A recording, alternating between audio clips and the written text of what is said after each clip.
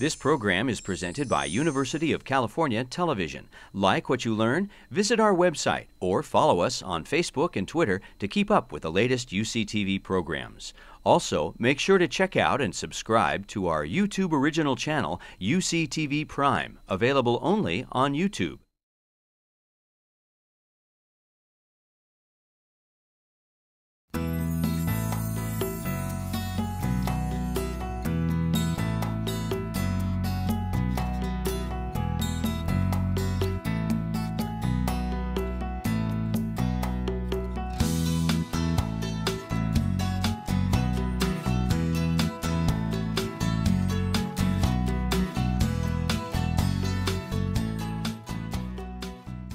Good afternoon and welcome to this first event in the Chancellor's Colloquium Distinguished Speaker Series for 2012-2013. This is the fourth season, if you can believe it, because I thought somehow that, well, time goes by really fast. And I wanted to tell you that it's my pleasure, of course, that we have for the fourth season a wonderful program, and we open this program with a wonderful speaker. A very interesting, of course, presentation today and discussion. And as you know, the Chancellor's Colloquium is really an opportunity, provides an opportunity for our community to come together and talk about very important issues that are of concern to public higher education.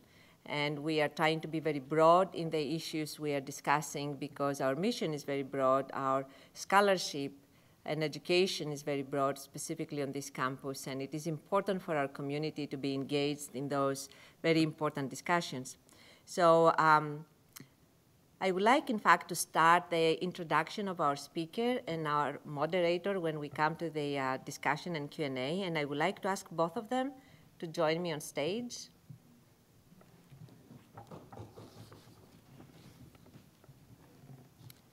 So our format this evening will begin with opening remarks by Pauline Yu, entitled The Humanities Without Apology, and then a short discussion with Dean Owens, our Dean of Humanities, Arts and Cultural Studies.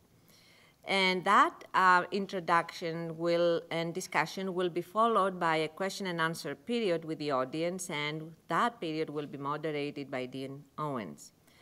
Jessie Ann Owens is Dean of the Division of Humanities, Arts and Cultural Studies and Professor of Music. She is a very well-known musicologist specializing in Renaissance and early modern music. She is the author of Composers at Work, The Craft of Musical Composition, the first systematic investigation of compositional process in early music. She has held many fellowships, specifically from the American Council of Learned Societies, the National Endowment for the Humanities, and the Folger Shakespeare Library, and served as president of the American Musicological Society and the Renaissance Society of America. Before coming to UC Davis in 2006, she taught at the Eastman School of Music and Brandeis University, where she served as Dean of Arts and Sciences. She was elected a Fellow of the American Academy of Arts and Sciences in 2003, and honorary member of the American Musicological Society in 2008. And now I'm honored, truly honored, to introduce our distinguished speaker, Pauline Yu. Pauline Yu has been president of the American Council of Learned Societies since July 2003. Professor Yu's scholarship focuses on classical Chinese poetry, comparative literature, and issues in the humanities. She's the author and editor of a number of books on Chinese poetry and culture, and has received fellowships from the Guggenheim Foundation, the ACLS, and the National Endowment for the Humanities.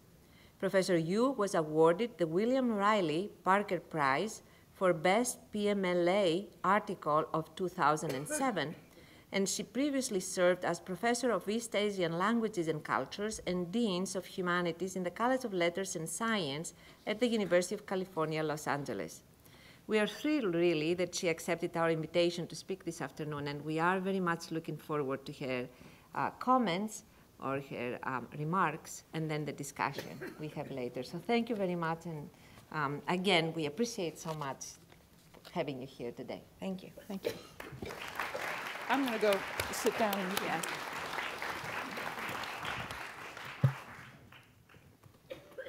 I think this one's, yes, it is. It's working now. Thank you, Chancellor Katay, for that very gracious introduction. I'm honored to be here, and I think that the issues that are framing this whole series, what the university today is facing, could not be more timely or of greater consequence to address. Now, my opening remarks are fairly brief. They fill the span of a TED Talk. I don't know how many of you are familiar with this genre. If you've been to YouTube, you may have seen one of them. The acronym derives from its origin in conferences devoted to technology, entertainment, and design, where short, fast-paced, inspirational talks seek to convey new ideas, riding the crest of waves, transforming not just communication, but social life in general.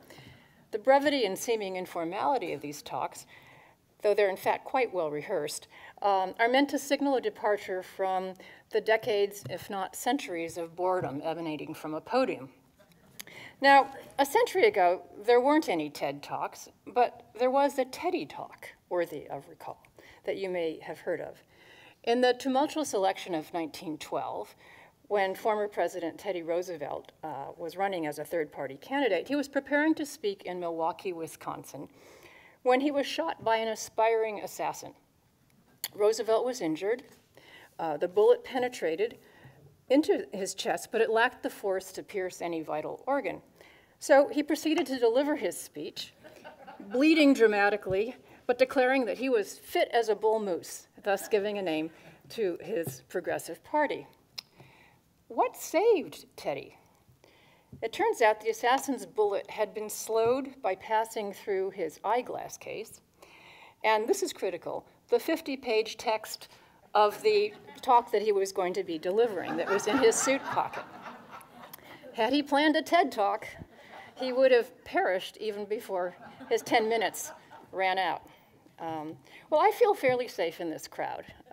It's a good thing I don't have a pocket to put my eyeglasses in. I only have a few pages of short talk to protect me. But I do continue to be mindful of history. And this is 2012 now. We celebrate at least two notable sesquicentennials that I think are worth keeping in mind. First, of course, is the issuance of the preliminary Emancipation Proclamation just a week or so ago, 150 years ago, which marked the beginning of the death of slavery in the United States. And the second, which is probably even more pertinent to our general topic, was that even as slavery began to die, the national constellation of land-grant universities was born. That same year, July 2nd, 1862, President Lincoln signed the Morrill Act, which provided public lands to the several states on the condition that proceeds of the sale of those lands be devoted to establishing public colleges and universities for, quoting from the act, the liberal and practical education of the industrial classes in the several pursuits of and professions in life. I'm going to repeat that with my own emphasis, a liberal and practical education.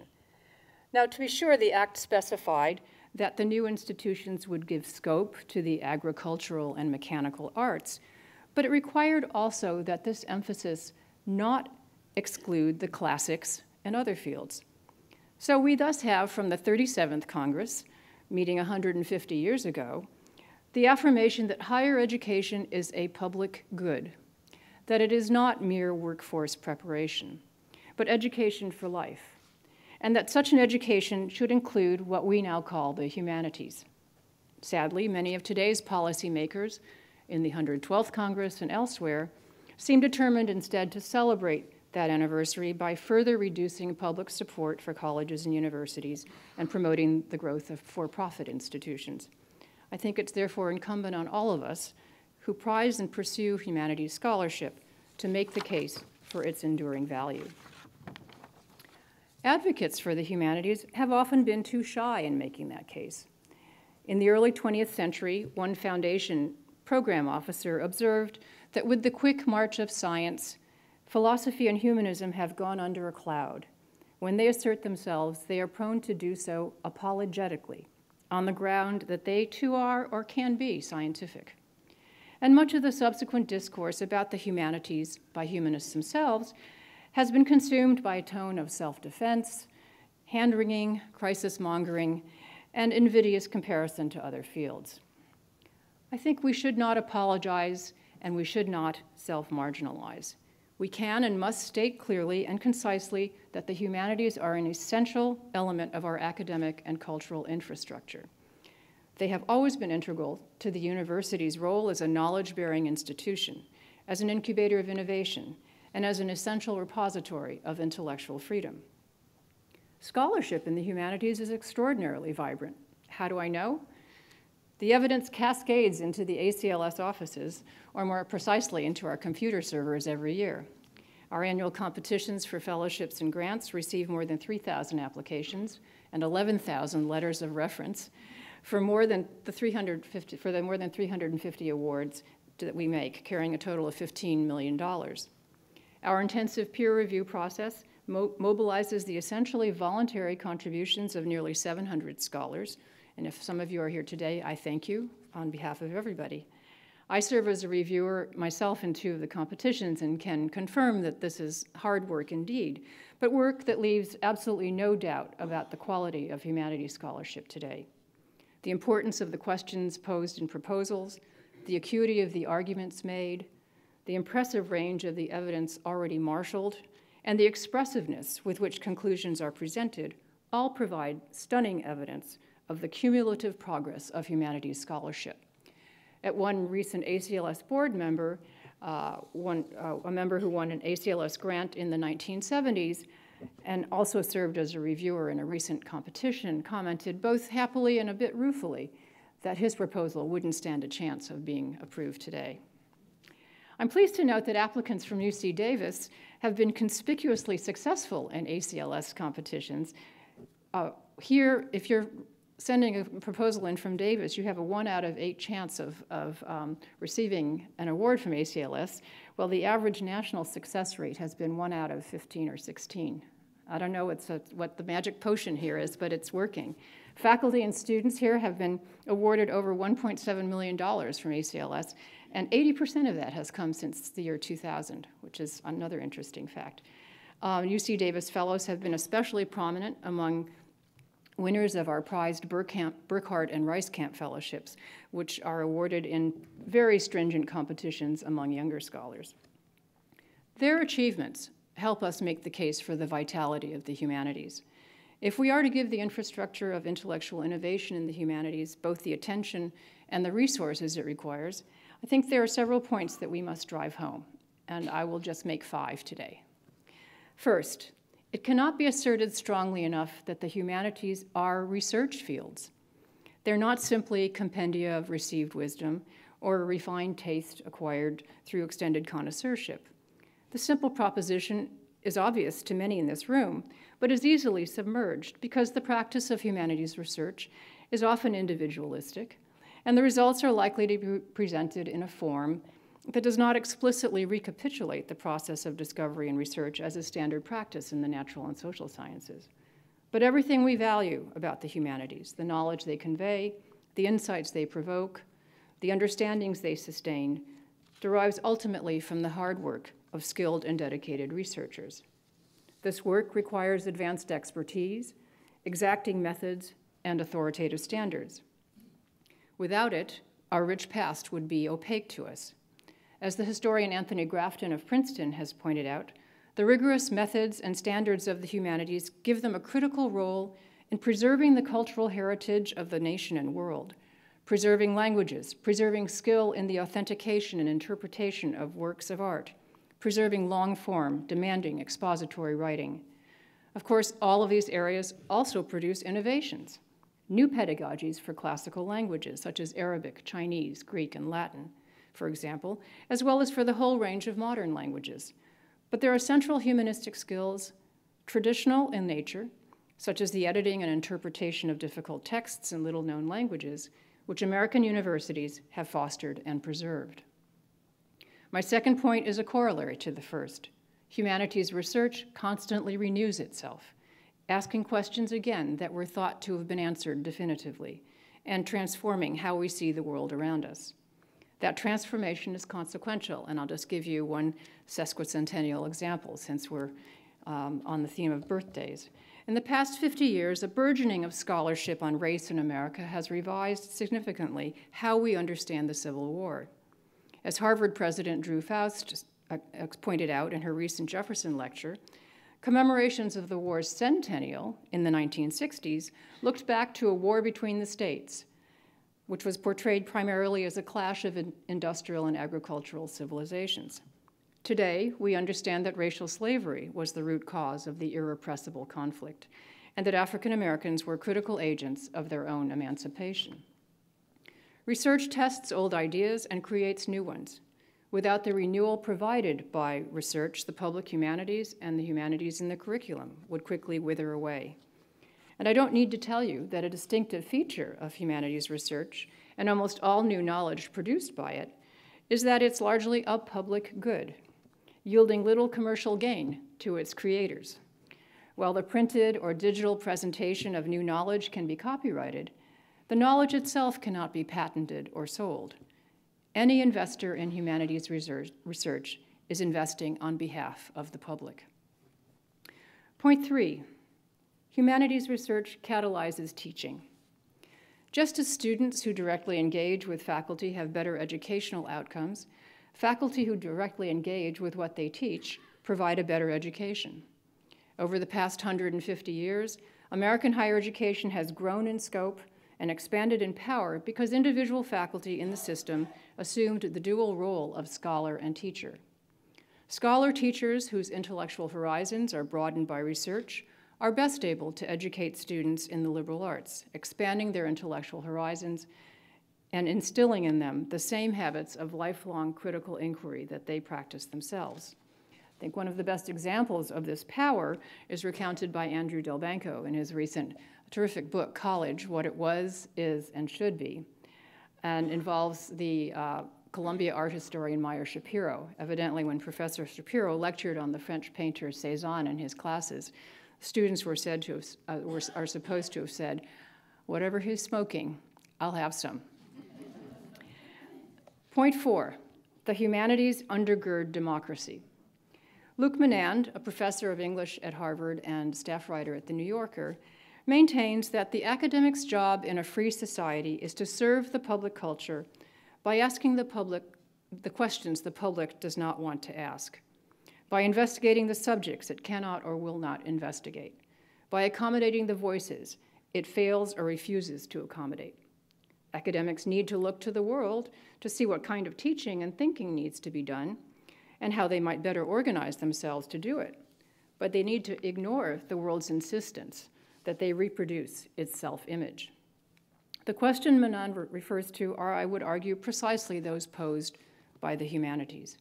Democracy is grounded in the ability to ask them, to be able to evaluate critically the answers to them, to be able to tell the difference between an argument supported by evidence and an opinion.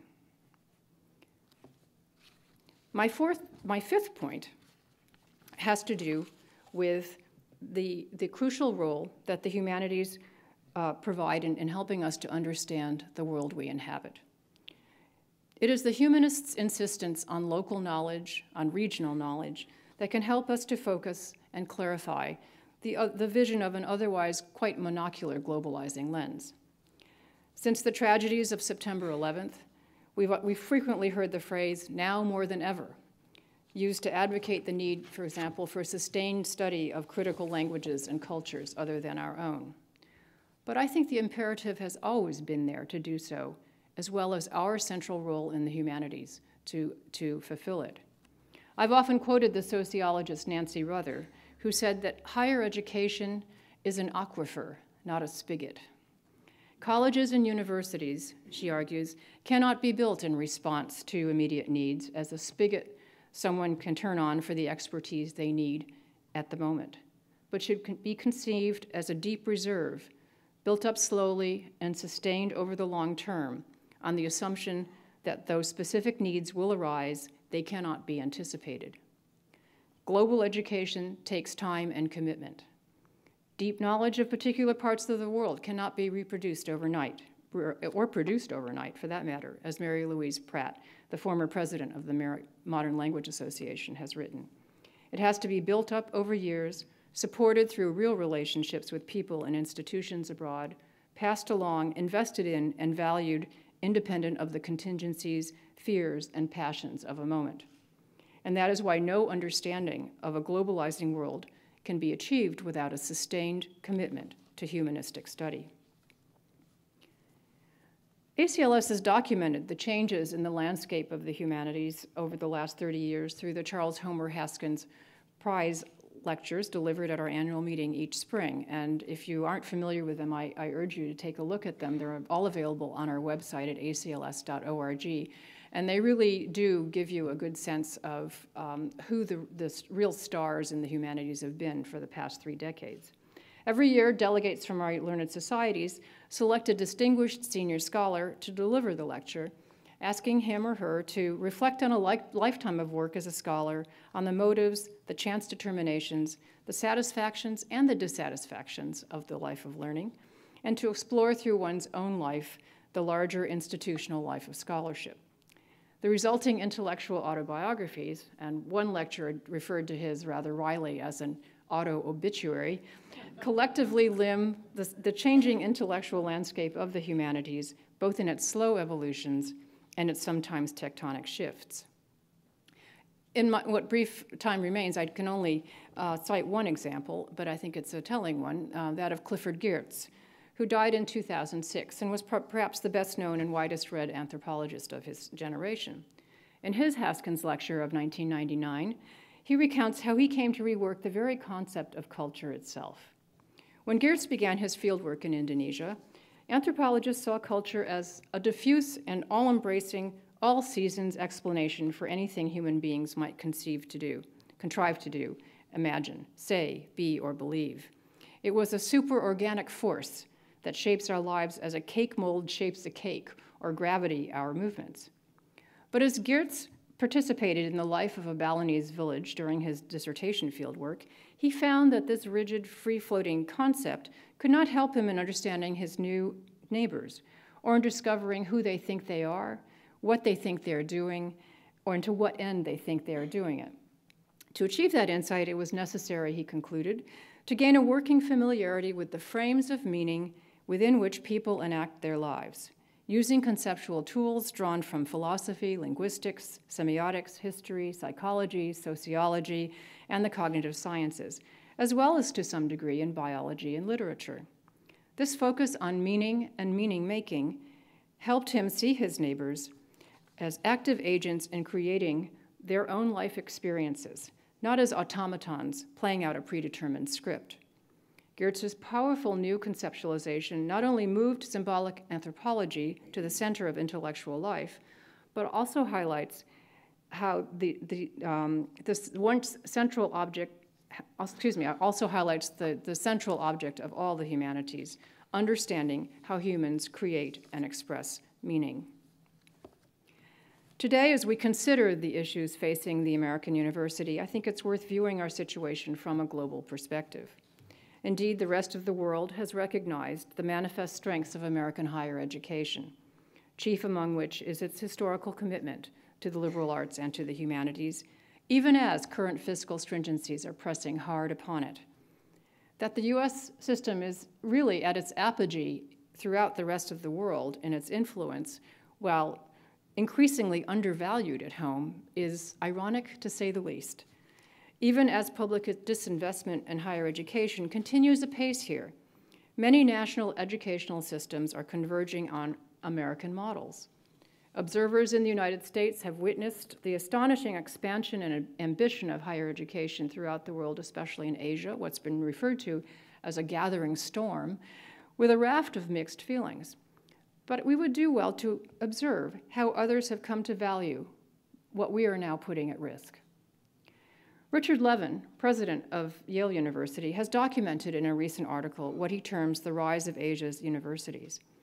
The governments of China, India, Singapore, and South Korea, he reports, understand that world-class universities are the ideal place to educate students for careers in science, industry, government, and civil society, creating people who have the intellectual breadth and critical thinking skills to solve problems, to innovate, and to lead. Scientists, engineers, and corporate leaders here have pointed to this Asian university boom and warned of the gathering storm of economic and educational competition in which those nations will dwarf American educational capacities and, by extension, economic innovation and productivity. But President Levin noted a somewhat different dynamic. While US and British politicians worry that Asia, and China in particular, is training more scientists and engineers than the West, he writes, the Chinese and others in Asia are worrying that their students lack the independence and creativity necessary for their country's long-term economic growth. They fear that specialization makes their graduates narrow, and that traditional Asian pedagogy makes them unimaginative. Officials in China, Singapore, and South Korea have become increasingly attracted to the American model of undergraduate education, a model of multidisciplinary liberal education that includes the humanities. This was the vision of the Morrill Act 150 years ago. I think we should not lose sight of it now. So let me conclude with a final centennial reference, which is drawn from the British statesman Viscount Richard Haldane. In 1912, Viscount Haldane, one of the founders of the London School of Economics and Political Science, published a series of essays entitled Universities and National Life, in which he argues that to maintain the university at a high level is an act of high patriotism on the part of the citizens. For it is in the universities that we see how the soul of a people at its highest mirrors itself. With the university's increasingly global footprint, the correspondence between national ethos and the scholarly community instantiated within it becomes more complicated, but also more dynamic. It becomes all the more necessary that the critical and interpretive power of the humanities lie at the heart of the global university. So what is the value proposition for the humanities? They pursue relentless inquiry into the question of value itself. Human beings seek and create meaning and value in language, literature, art, music, science, and in their very history. Students in the humanities, whether undergraduates in the classroom or senior faculty engaged in research, work constantly to understand, interpret, and question those values. Some may be discomfited that the humanities often unsettle conventional worldviews, but that is how we make progress as a nation, as nations, and in the world. We must assert that case, we can assert that case, and we can do so without apology. Thank you.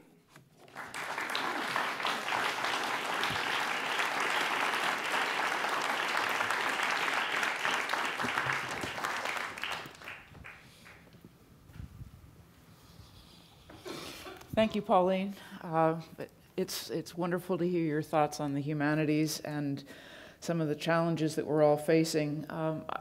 You have a unique role as the leader of one of the most important foundations, organizations to support the humanities, and so you have a perspective that is especially valuable. And I want to begin by shifting the focus a little bit and asking you how you view emerging fields in the humanities and, for example, the digital humanities.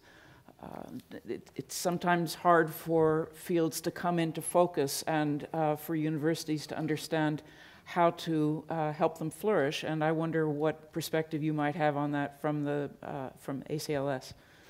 That's a good question. I think there is, at this point, no question that the medium with which people are working is a digital one. Right. That the future of scholarship is going to be produced and disseminated and preserved digitally.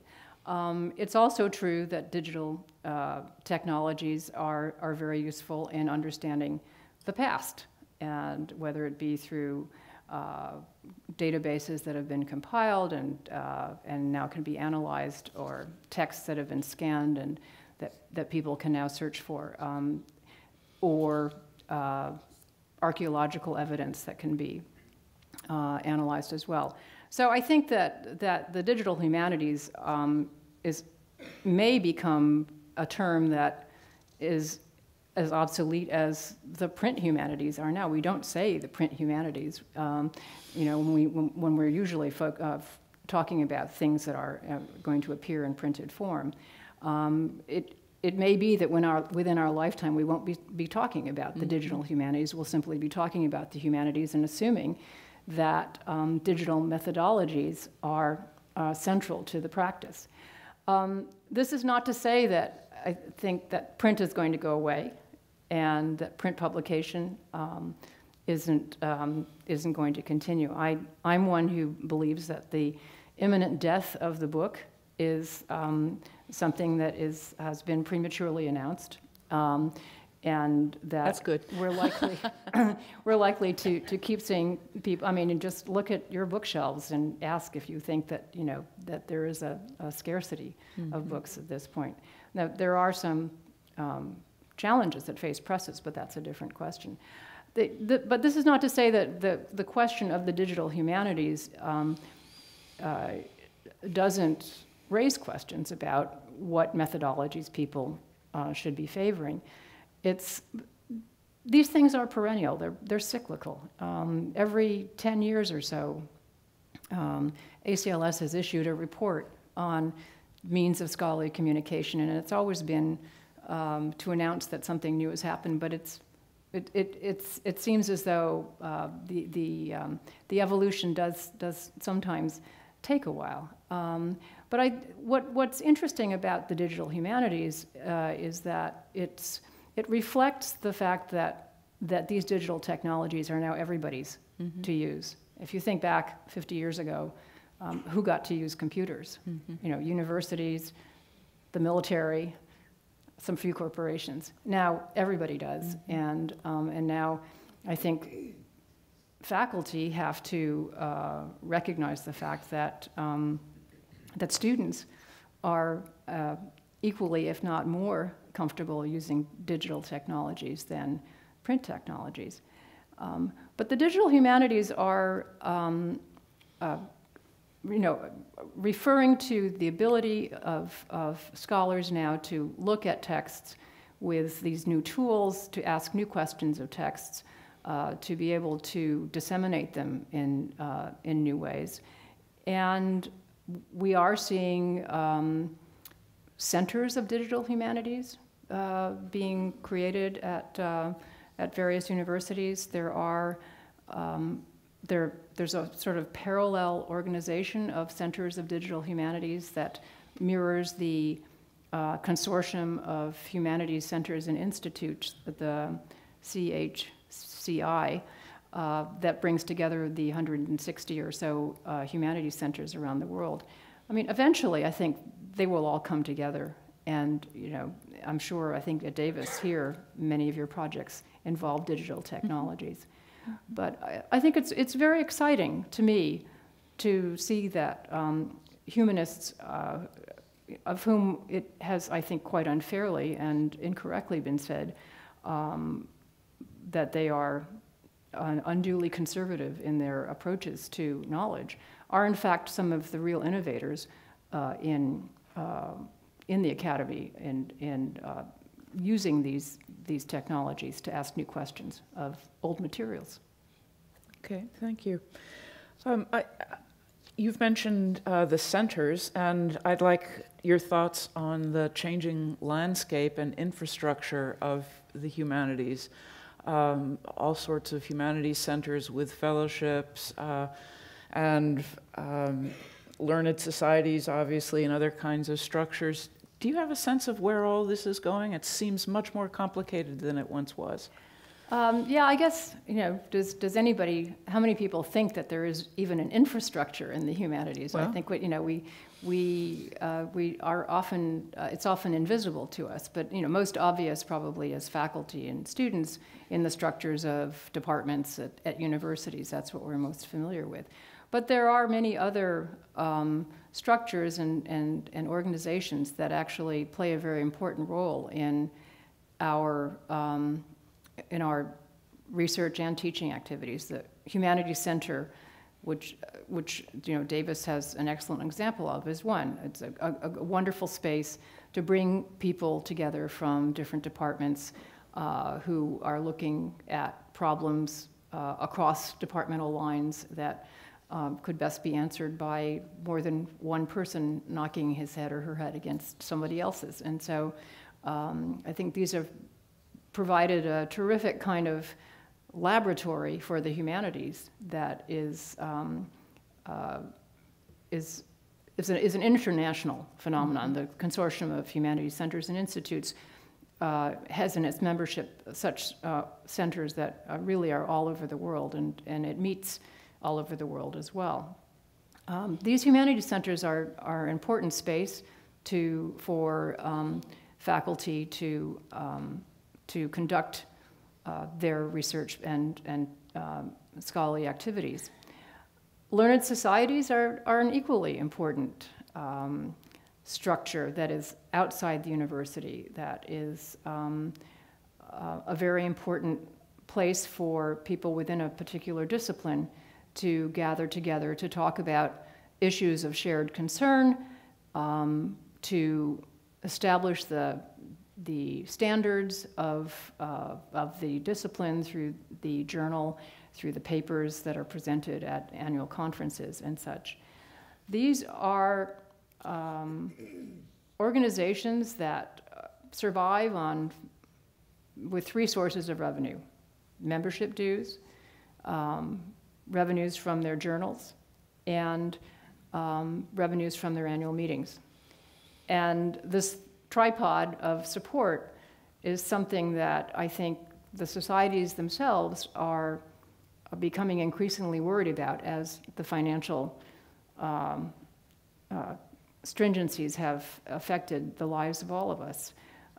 I don't need to tell you, you've been president of 2 learned societies, I think, and there are other presidents of learned societies here in this room too, and we all know that these are important for the kind of solidary benefits that they provide to us as academics who want to reach out to others in our field. But we also know that they are as fragile as any organization today might be, and yet I think a very important element of our world. They are organizations that depend on essentially voluntary leadership, and people are very busy. But it's interesting because when I talk to presidents of learned societies and ask them if they're concerned about membership, they often say, well, yes, we are, and we think it's probably because people are so busy in their own home institutions that they can't participate in the activities of the learned society.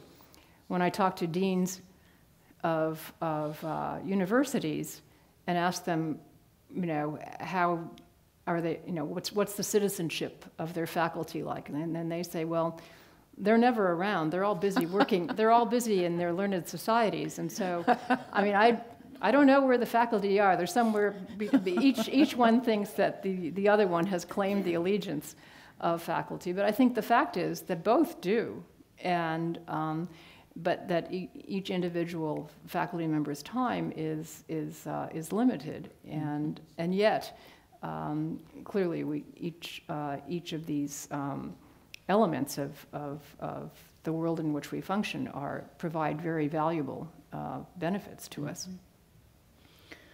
So I've often tried to suss out why UC Davis seems to do well with ACLS fellowships.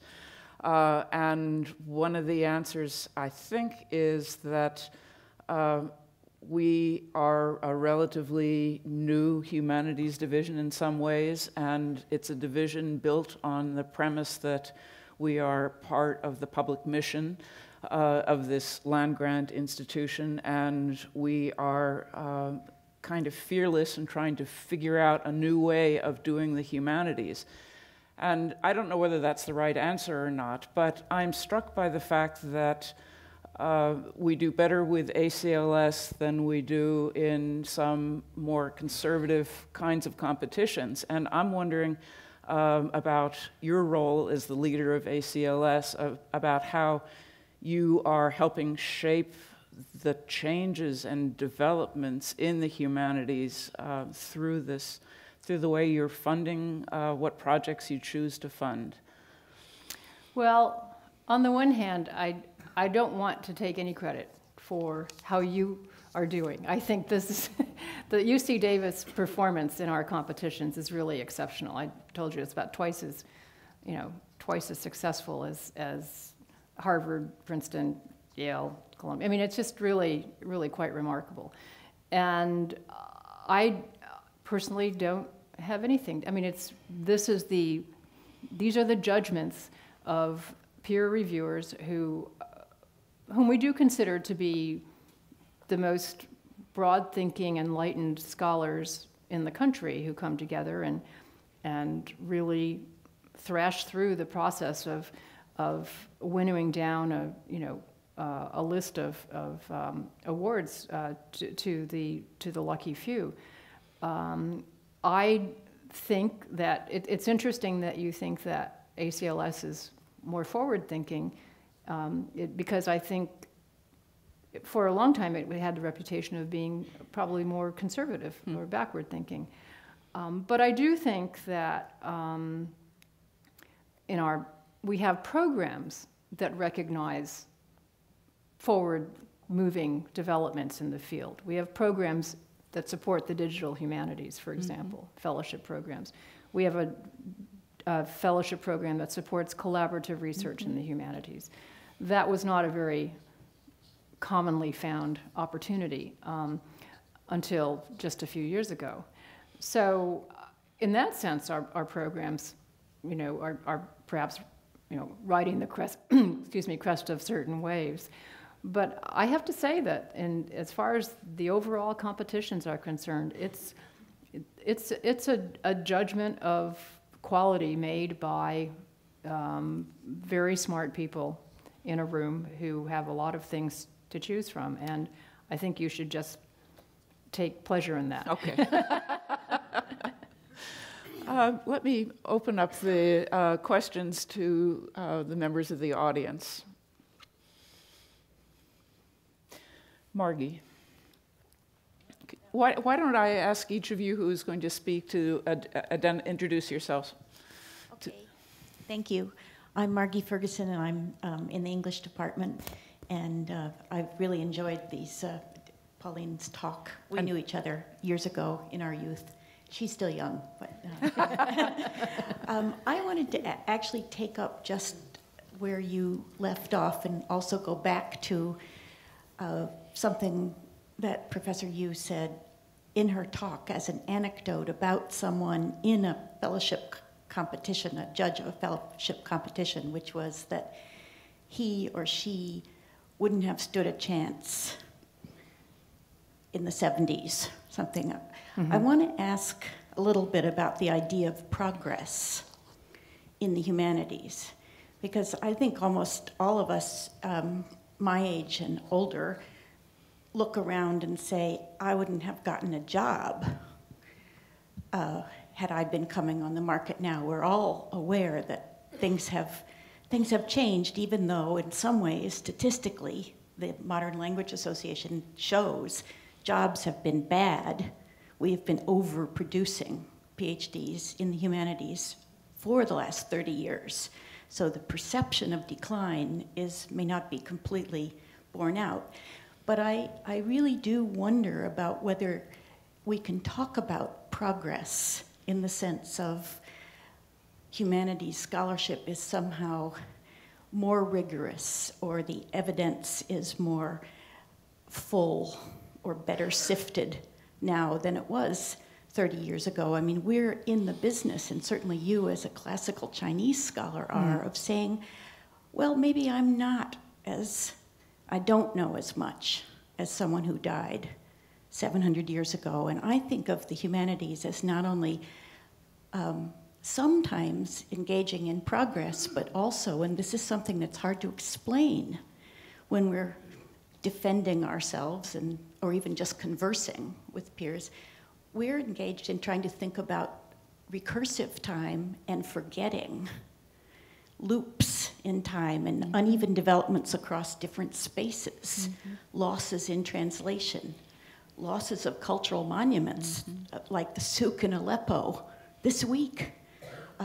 So I'm wondering if you could talk a little bit more about what is the counter-narrative to the idea that the new is going to be better than the middle old or the really old. I obviously don't necessarily believe that the new is definitely better or the very old. I think at the same time that we need to be open to innovation, and so I don't think that those two things are contradictory. I think what my colleague was referring to was and actually we didn't push him on it. What did he mean by saying he didn't think it would be competitive? And that would have been a good thing to ask. I think part of it was that the amount of, largely a lot of it is through digital, databases that are available to us now. I mean, that you can make an argument with so much more evidence than you used to be able to. If your library can afford to get you that database, this is absolutely true. But if it can, then you can you can sometimes make assemble that kind of evidence that is going to be all the more persuasive in making your point. Clearly, that doesn't necessarily mean we're smarter. We may know more about some things, but that, does that mean that we're going to have better insights into a text or into a painting? I don't think so. But I used the word progress at the very end, and it's, I should say that I was alluding to something that was, I didn't quote, it was a note that was sent to the ACLS when it met in Washington in the 60s. And it was sent by, it said, welcome to Washington. We're delighted to host the humanities here. Every advance in the humanities is a vital step in the progress of the nation. And it was signed Richard M. Nixon. So, that's our one. I mean, I'd use progress in quotes, I suppose. But so I think I think your point is well taken, that this is not a fetishism of the new, but I think to the extent that we have new resources available to us to use, we should use them, and however we can. Yes. Hello, I'm Grace Rosenquist. I'm from the Department of Neurobiology, Physiology, and Behavior, a scientist. Anyway, I'm interested in the difference in the role of women from, today. I mean, after all, you're both women, compared to 30, 40, 50 years ago. In the humanities? In the humanities, yes. I don't think anybody has ever made a comment about women in the humanities like the one Larry Summers made about women in science. You may be familiar with the comment that the former president of Harvard made about whether there might be some innate challenges that women faced to working in science. The former president. I did say former president. I think if you look at if you look at the history of the Haskins lectures, you can see that most of the early speakers, these are the speakers in the humanities who are recounting their lifetime of learning. So 30 years ago, figure that somebody was probably 70 or 80 years old, and giving this lecture. That most of the early lecturers of that several generations, probably two generations ago, were all men. But I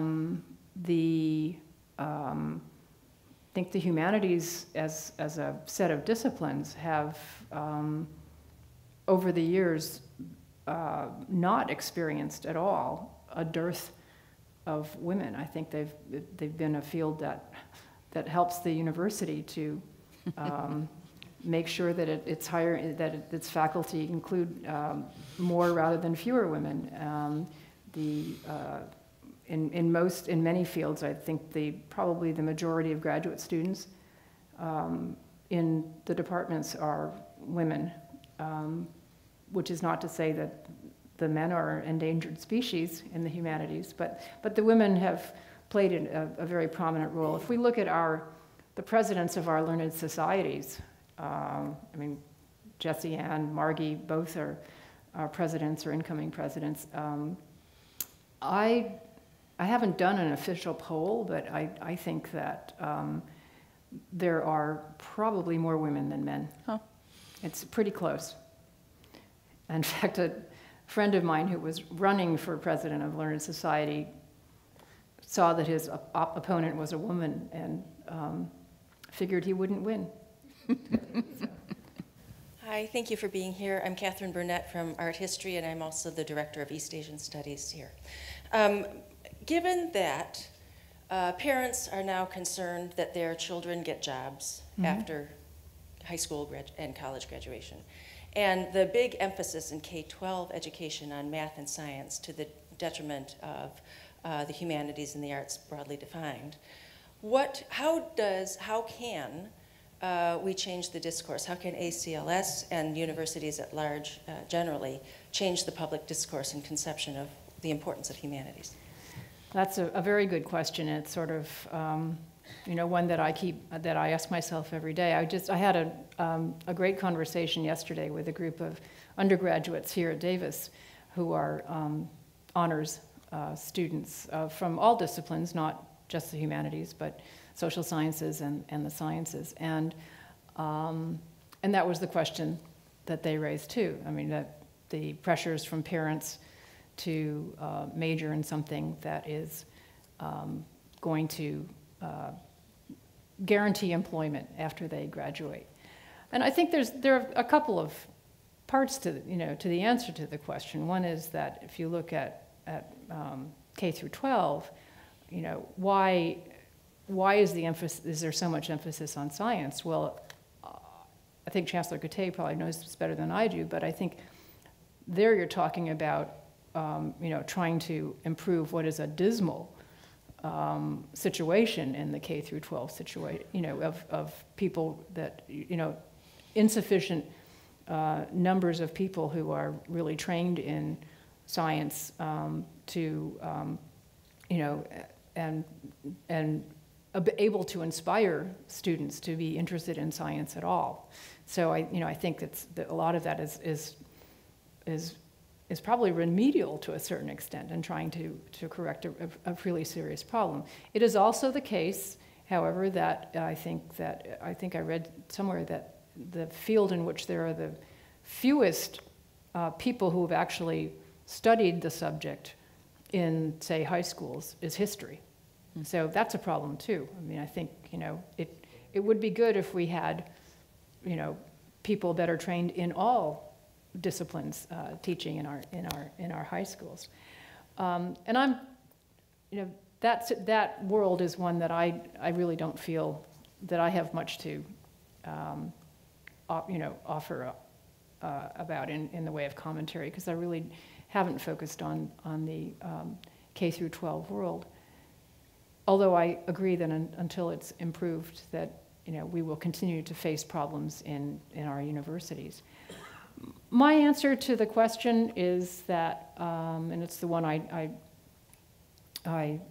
proposed yesterday to the students, is to remember that that your college years are the one chance you have to really open your mind to things that you would never have thought you would study before. That it's really, your 4 years here really are giving you an opportunity to learn things that you haven't had before, and you probably won't have again until maybe you take a MOOC or something like that. But it's, and that they should open their minds to what is available to them at the university and go with what where their passion takes them. To remember that the first job you have after you graduate is not going to be your last. Chances are it's going to be the first of maybe 5 or 6 jobs that you'll have. That the more able you are to be able to, the more able you are to be flexible enough to move between employment opportunities, the better off you will be, and that the broader the education you've had in college, the more your education has included fundamental skills like being able to think critically, being able to express yourself, being able to write, the better prepared you will be for a very uncertain employment situation. And I think these are all-around utilitarian skills that are instilled in the humanities, and will serve them as well as what might look to be a much more job-focused major. So it's not everybody is going to respond to it, but I think that it's important.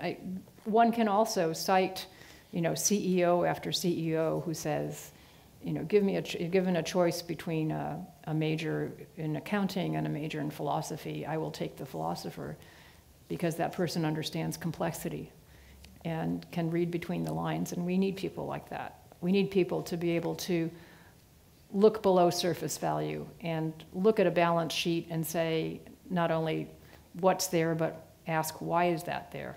I think that's important. And I say the humanities provide that. Pauline, thank you. This is an incredible, incredibly, I don't know what's the word I'm looking for. You're such an eloquent spokesperson for the humanities, and we are so privileged to have had you here at UC Davis speaking with us on such important topics. Thank you, and I invite everyone to continue the conversation outside. There's a reception, but thank you so very much. Well, thank you for having me.